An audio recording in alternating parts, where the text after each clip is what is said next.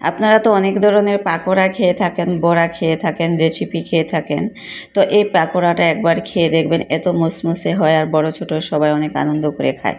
আসসালামু আলাইকুম, সবাই কেমন আছেন? সোহেলাস কুকিং অ্যান্ড ব্লগিং চ্যানেলে আপনাদের সবাইকে স্বাগতম। তো ভিডিওটা দেখার আগে একটা লাইক দিয়ে দেখা শুরু করেন এবং প্রথম থেকে শেষ পর্যন্ত দেখতে থাকেন, তাহলেই বুঝতে পারবেন।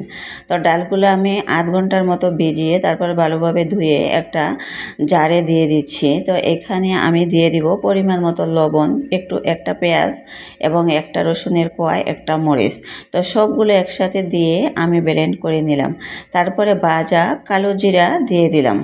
তো ভাজা কালো জিরাটা দিলে এই পাকোড়াটা খেতে অনেক মজা হয়। তারপরে এখানে দিয়ে দিলাম পেঁয়াজ পাতা কুচি করে, পেঁয়াজও সাথে আরও কুচি করে দিয়েছি, রসুন কুচি করে দিয়েছি, কাঁচামরিচ কুচি করে দিয়েছি। তারপরে সাদা যেইটা দেখতে পাচ্ছেন এটা হলো চালের গুঁড়া। চালের গুঁড়াটা দিলে এই পাকোড়াটা অনেক মুসমুসে হয়।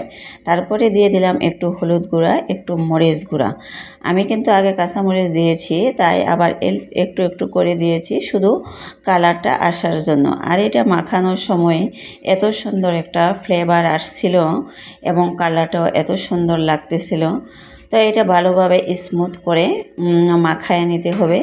সুন্দর করে মাখায় নিলে এই পাকোড়াটা খেতে অনেক মজা হয়। তো দেখেন কতটা সুন্দর হয়েছে, মনে হচ্ছে যে কাঁচাই খাওয়া যাবে। আর পেঁয়াজ পাতা দেওয়ানোর কারণে কিন্তু অনেক সুন্দর দেখা যাচ্ছে, যে লালের মাঝে সবুজ। তো সাথে কিন্তু আমি ধনিয়া পাতাও দিয়েছিলাম, ভুলে গেছি। তারপরে দেখেন আমি একটা কড়াইয়ে সয়াবিন তেল দিয়ে দিলাম। তেলটা গরম হয়ে আসার পরে আমি একে একে এই মশারি ডালের পাকোড়াগুলো দিয়ে দিচ্ছি। পেঁয়াজ পাতা দিয়ে এই পাকোড়া খেতে যা মজা হয়, অসাধারণ হয়। তো আমি কিন্তু কড়াইয়ের তেলটা পুরো ভরে দিব এই পাকোড়াগুলো দিয়ে। একে একে একটা একটা করে আমি আস্তে ধীরে দিয়ে নিব। তো এই পাকোড়াটা যদি কেউ না খেয়ে থাকেন, তাহলে একবার বাসায় বানায় খেয়ে দেখবেন, অনেক মজা হয়, একেবারে অনেক মুসমুসে হয়। দেখবেন আপনার বাসার বড় ছোট সবাই অনেক মজা করে খেয়ে নেবে। এটা এমনিতেও খেতে পারেন বা ভাতের সাথে, খিচুড়ির সাথে, পোলাওর সাথেও খেতে পারেন। অনেক মুসমুসে হয়, অনেক মজা হয়। তো এই তো আমার প্রায় সবগুলাই দেওয়া শেষ। সবগুলা না, আমি অর্ধেক পরিমাণ দিয়েছি, পরবর্তীতে আবার অর্ধেক দিব। তো এটা আস্তে আস্তে কিন্তু চুলার আগুনটা আস্তে আস্তে জাল করতে হবে। তো এই তো আমি এখন একটু উল্টে দিব। তো আপনারা এই তো বুঝতেই পাচ্ছেন আমার উল্টানো দেখে কেমন মুসমুসে হয়েছে। তো সবগুলো একটু লেগে লেগে গেছিলো, তো আমি আবার একটু ছুটাই দেওয়ার চেষ্টা করছি।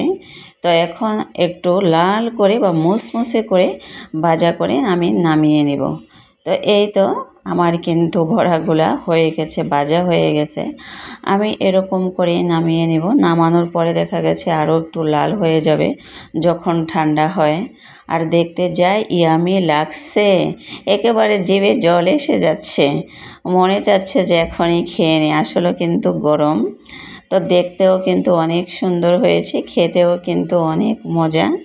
তো এই তো আমার সবগুলা পাকোড়া হয়ে গেছে। তো আমি সবাইকে খাবারের দিচ্ছি। তো এই তো আমি আমার হাজব্যান্ডকে ভাত দিয়ে গরম ভাতের সাথে খেতে দিচ্ছি। দেখতে যা সুন্দর হয়েছে, অনেক সুন্দর লাগতেছে। তারপরে এদিকে আবার আমার বাচ্চা বসে বসে খেয়ে নিচ্ছে, প্রায় অর্ধেক খেয়ে নিচ্ছে ওরা এমনিতেই বাচ্চারা। তো একে একে সে খালি খাচ্ছেই। তো যাক, আপনারা যদি আমার ভিডিওটা দেখে থাকেন তাহলে লাইক, কমেন্ট, শেয়ার করে পাশে থাকবেন। প্লিজ সাবস্ক্রাইব করবেন।